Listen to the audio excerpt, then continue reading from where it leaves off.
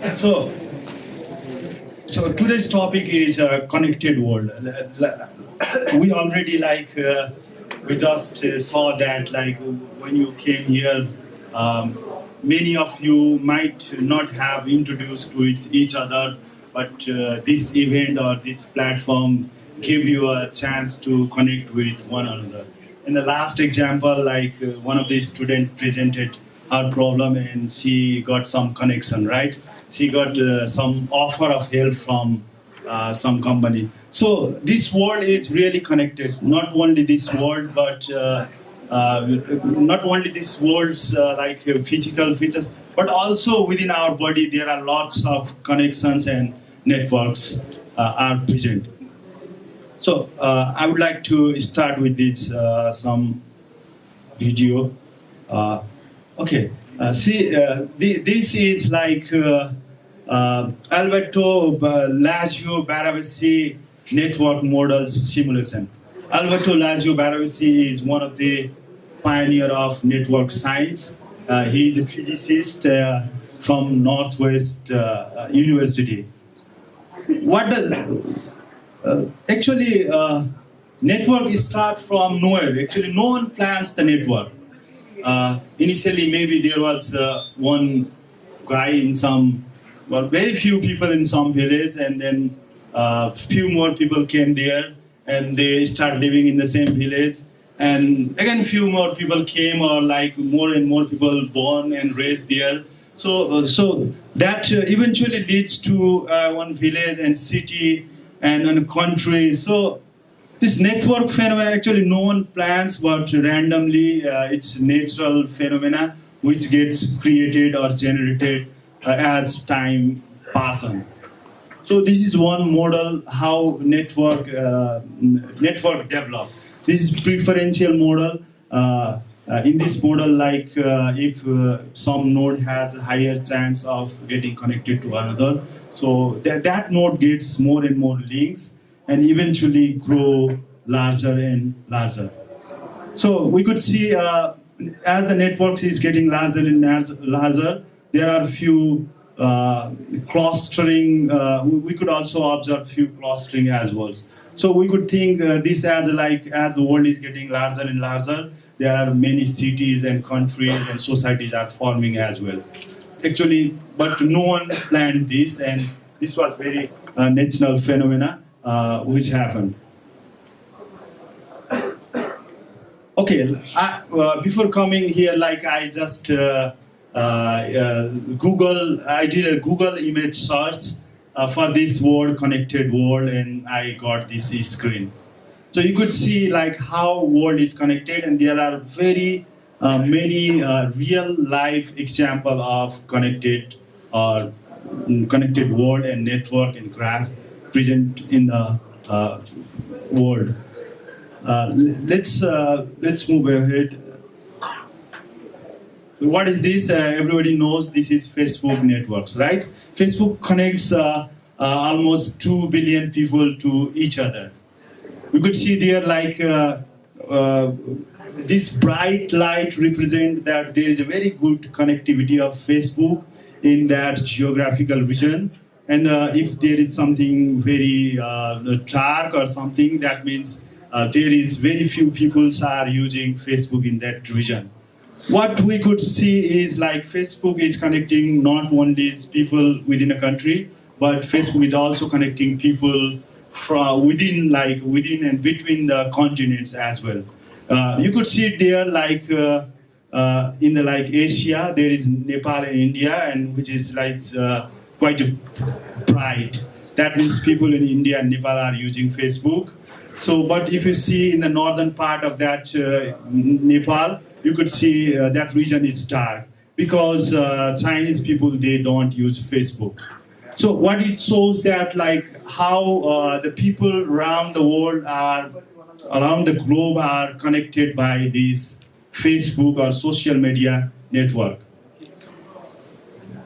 There is another example. This is the world's biggest airlines network. You could see this visualization is about the airlines services of major airlines companies like Emirates, Lufthansa, and Singapore Airlines. You could see here in the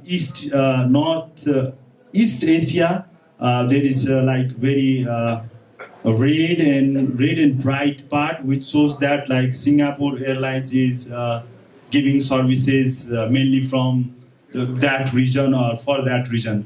So this is another network of airlines and airlines. This is also interesting. This is the World Crime Network. You could see how like this crime and criminals are also organized and connected around the world. It shows that like the West Europe is the like hub or something of crime, and you could also observe some very good connection between America and Mexico.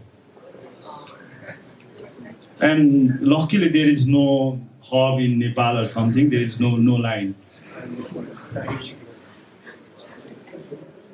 There is one more like a real world network example. This is global transportation network.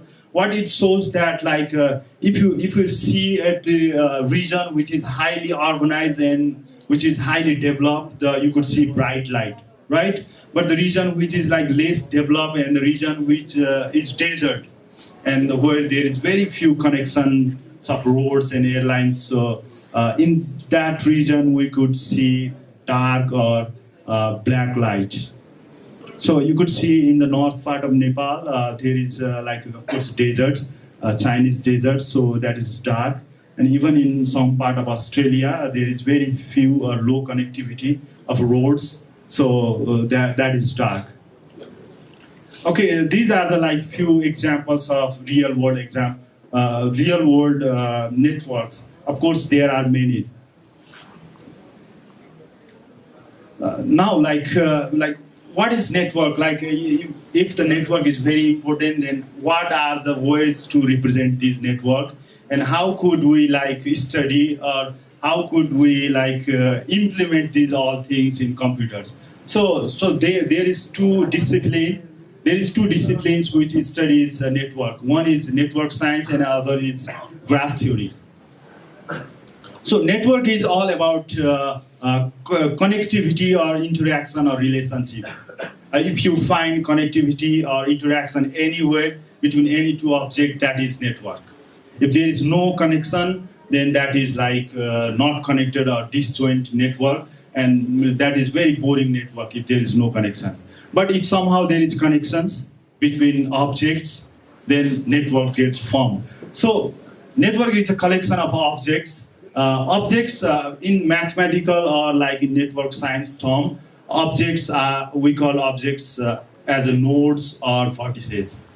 So every objects which forms network are nodes or vertices, and connection between nodes and vertices are links or edges. You could see in the right side there are blue dots. These blue dots are nodes or vertex, and the connection between blue dots are green lines. These green lines are the edges or links between the nodes. So network is a collection of nodes and collection of collection of edges. And vertex can be anything, like vertex or node can be anything. A country can be a vertex if there is export and import or business setting. A person can be a node, and a city can be a node. So a country can be a node. So any tangible things can be a node. And edges is like the relationship between the nodes, which could be either tangible or intangible. You could see in the first example, there is two cities, right? So these two cities can be connected through links, and to connect two cities, we need a link of road. So two cities are vertex, and the link connecting between two cities is road. In the second example, there is two computers, and to connect two computers, we need internet. So two computers are the nodes, and the link connecting between the computers, which is internet, is link or edges. In the third example, there is some intangible link. There is two persons who are get connected through social media. So social media in that case is link, which connects two people. Okay, so a graph or network. This graph and network, these two terms are equivalent terms. Graph is a collection of sum of the collection of nodes and collection of edges or links. Graph can be simple graph or multi-graph. In multi-graph, there is like multiple connection between nodes, and there is multiple type of relationship between nodes. Let's see how like mathematicians and network scientists have classified these graph and network things. Mainly this graph can be classified as a directed and non-directed. For example, like I have a Twitter account and I follow Donald Trump. So I'm just following the Donald Trump and he's not following me back. So that is directed graph, right? So if there is only one way of relationship, that is directed graph. But for in the another case, if I have a friend named Ashish in my Facebook, so we are friend with each other, and that friendship has no direction. So graphs are directed and undirected, and weighted and unweighted. We also can classify graph as a weighted and unweighted. For example, in a network of in World Trade Network. Each countries are nodes, and the amount of export they are doing with other countries is linked. So if you take the example of Nepal and China, China exports many of goods and services to Nepal, but Nepal exports few. So if we have to represent that relationship in a graph, then we have to draw a very thin line from Nepal to China, so which is around like 20 million or something. But from China to Nepal is we have to draw a very thick line, because that relationship is not symmetric and that is skewed kind of relationship. So to represent such type of relationship, we have to use weighted graph model. So like and computer scientists and mathematicians, they need like some models to represent networks, right? Network and graph. And here is an example how graph can be represented. One way we can represent graph is through matrix, adjacency matrix represents, where each element of the matrix represents whether the relationship between particular nodes are present or not. In this case, there is no relationship between 0 and 0 node. So there is no self loop. So that element is 0, and there is relationship between 0 and 1 node. So there is 1 in if you look at the 0 row and 1 column. So in this way, graph can be represented as a matrix, and it can also be represented as a list of edges. And directed graph.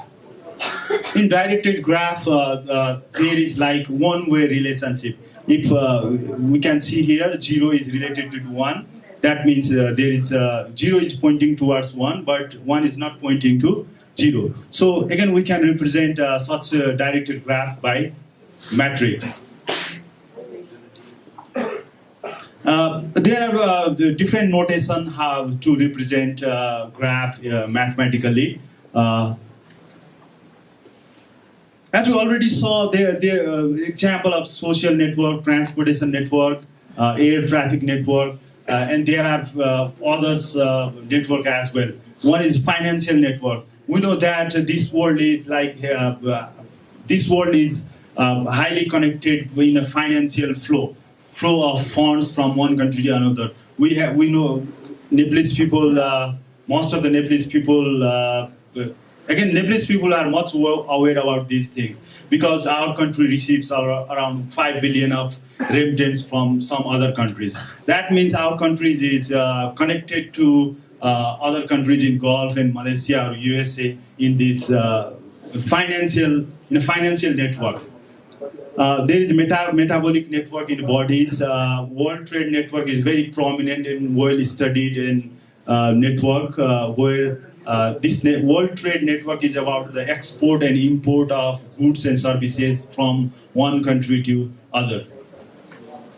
And there is a network of remittance flow network as well. And in the if there is remittance flow network, we can also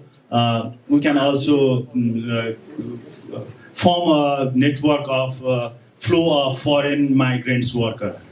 And there is merger and acquisition networks. There is international finance networks.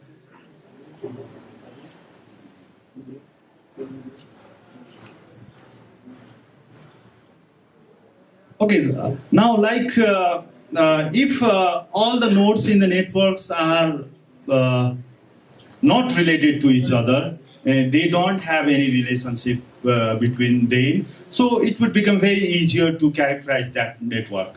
We just sum of the characteristics of all node, and we get the characteristics of network.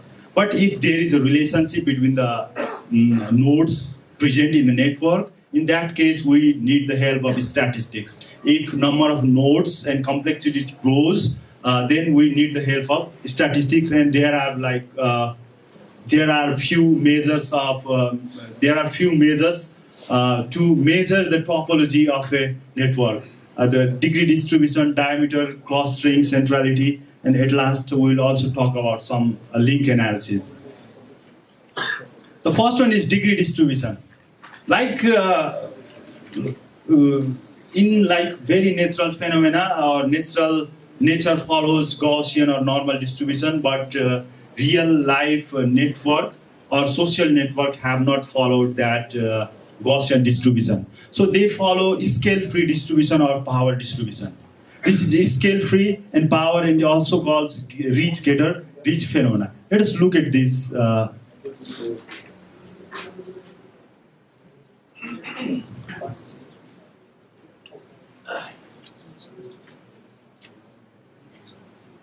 Okay, this is an example of scale-free or power law distribution. You could see in the left side, that is random network. In random network, all the edges have very heterogeneous number of nodes. But in the right side, we could see scale-free network. In these networks, what you could see in the y-axis, there is a number of nodes. That means there are many nodes. That means there are many nodes which has very few degree of connection, which has very few links.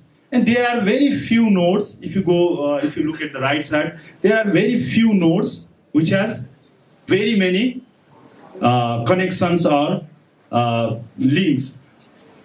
But what is the implication of this type of distribution? In the Facebook, if you see, there are few people who have very large number of friends, and there are many people who have very low number of friends. One example is that. Another, it's also reach-get-richer phenomena.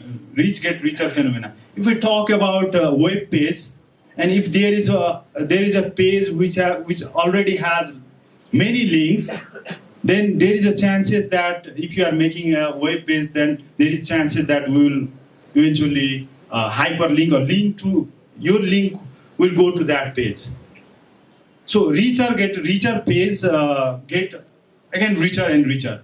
And if you take the example of mobile telecommunication, let us suppose that there is no telecommunication initially, and there is some telecommunication company, they launch their services, and initially two people subscribe or purchase that telecommunication service. So third people think that now two people already have that X telecommunication services, so I will also choose that one. So that means if some telecommunications provider have many links or nodes, the chances is that that telecommunication company will get the more and more link or nodes. So in this way, if something is richer, that will get even richer and richer. And someone is poor, and that will get even poorer and poorer. So this power law is scale-free. So in any network, there is concept called diameter. Diameter is maximum distance between any two nodes in the network. We also call geodesic to that term. That is an example of Facebook network, visualization of Facebook network. You could see there is one person central to that network, and all others are the friend of that one person. And we could easily see there is a clustering because every person has different background, and that clustering is formed because of some common sets of properties or characteristics within a set of subsystems. What does that mean is that in these Facebook networks of one single person, he may have some friends from his village, and he may have some friends from his college, and he may have some friends from his office. So these friends or these different homophily, we call it homophily, get clustered. That means we could observe many small world or cluster within very large network. The next is degree centrality. Like when we talk about network, we have to study the network as a whole in a macro concept, as well as the individual nodes in a network as a micro concept. So this degree centrality is about the micro concept. In degree centrality, we have few measures to measure the importance of node within the network. So if there is one network and we would like to find out which one or which person is very important in that network, which person is very crucial, or which person could bring any change or pass message or do something in that network. So there are different measures. The one is degree. Degree is the number of connection a node has, and another is closeness. And there is a one more measure which is called betweenness measure in a network. So if you see here, which node is important. If you look, the node 5 has 3 degree. It is connected to 3 other nodes, and node 1 and 2 connected to only 2 nodes. But node 4 is very central to this network. If we remove that node 4 from this network, this whole network will break up. So while if you randomly remove some nodes from this network, you could remove anything like 1 to 7. But if you strategically remove the network and if you want to really harm this network, then you will choose 4. Because 4 lies between the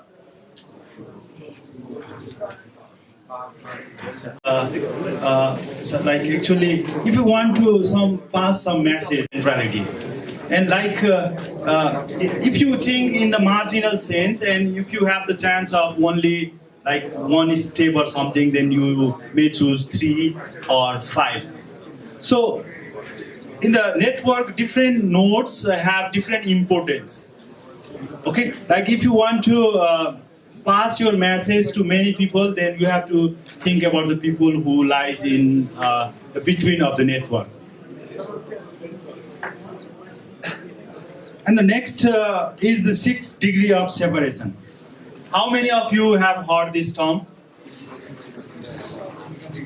So what does this mean is, idea is that all living things and everything else in the world are 6 or fewer steps away from each other.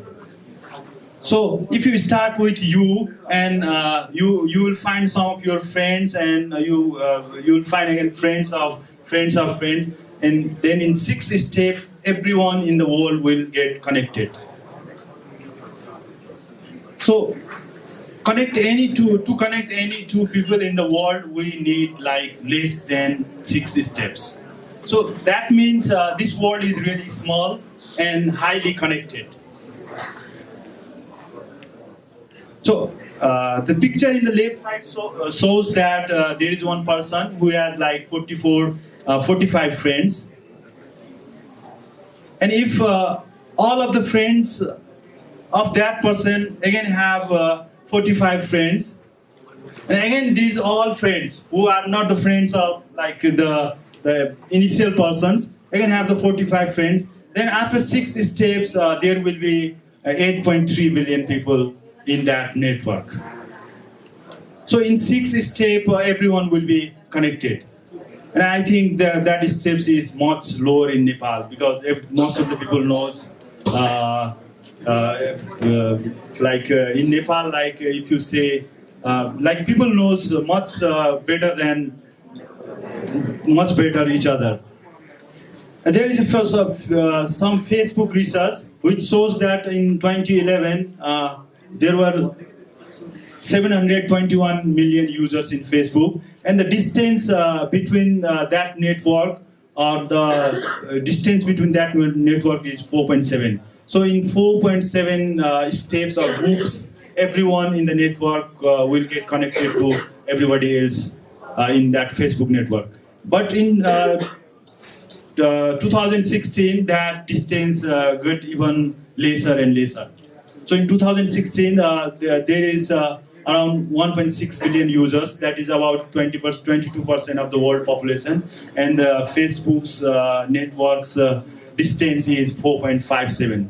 That means in 4.57 steps, it is possible to connect any person in the world.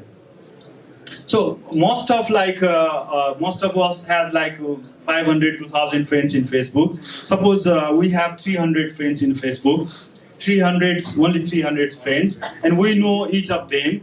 Then what happens is that after 4 steps, after your friends of friends is Bill Gates. So after 4 steps, you could reach anywhere. So world is small and connected. So that's why in network science there is a term called small world phenomena. Though it is not possible to know everybody, but you could take the help of your friends. So fact that large social network exhibit feature of small worlds. Okay, the idea that large network tend to have small diameter and small average path length. What does this mean is that this very big network is clustered in a very small network as well. So it takes very few connections to connect from one cluster to another and eventually to whole world. The next we will talk about link analysis. Again, this is we'll try to find which node is important in the whole network with the help of strength of its link. The first one is Hits algorithm. This algorithm was built by Kleinborg in 1998 or something. Initially, this algorithm was used in ask.com to find the importance of web page. So what this Hits algorithm is, Hits algorithm gives hubs and authority score to each page. The main aim of this algorithm is to find which page is important in the whole network. So according to this algorithm, it gives authority and hubs score to each page. Let's see how it works. So there is some matrix of this. These are 25 billion eigenvector and the linear algebra behind Google's Google search engine. So what does this PageRank algorithm does is it sums up all the votes coming to particular node. So here is an example. There is an example of 4 pages. Page 1 points to page 2, 3, and 4. And page 2 points to 3 and 4. So let us assume that this is the whole or complete web internet network. So we could see the graphical representation of that web or internet. Page 1 points to 3, 2, and 4. And page 3 is pointing to only 1. So So in second step, as page 3 is pointing only to one node, node 1 gets score 1. But page 1 is pointing to 3 nodes, so its vote or its importance get divided among 3 nodes. So page 1 provides 1 1/3 of votes to each other node. So in this way, so finally we will have adjacency matrix. Adjacency matrix representing this graph, and this is the page rank calculation. What they do is first they give every page some value that is normalized to 1, and in this example they have given 0.25 to each node. And in the next step, they multiply that column vector with adjacency matrix A. So they keep on multiplying, and they will do that until it converges. So that's why there is a term called $25 billion eigenvector. Actually, page rank of all the web pages indexed in Google database is the problem of finding left-hand eigenvector of Google matrix. And there are around 4 billion. There are around 4 billion pages in the Google database. So that is the world's largest matrix calculation. And finding that calculation finds the page rank for each web page index in Google database. So this is how Google implemented their first page rank algorithm. Of course, there are many variety of page rank algorithm, and there are many changes since it was developed initially. So what what we have done is we have applied the same page rank algorithm to World Trade Network. In this graph, you could see actually what I did was I collected all the data from the World Trade Network, in International Monetary Fund Network, and I built a network of countries around the world for 60 years, and I applied that data, and I applied page rank algorithm to that data. You could see that there is a country, China, which is initially has the lowest page rank in 1990, but it emerged out as an important authority or important country which has a very high page rank after 2008. So the algorithm which was initially used to rank the page by Larry Page and Sergey Brin can also be applied to World Trade Network to look at the importance of each country in the network of trade. So, there are few stuffs what are the technology available to study networks. Of course, there are technology in almost all language, and there is also further application of machine learning and prediction based on the network data.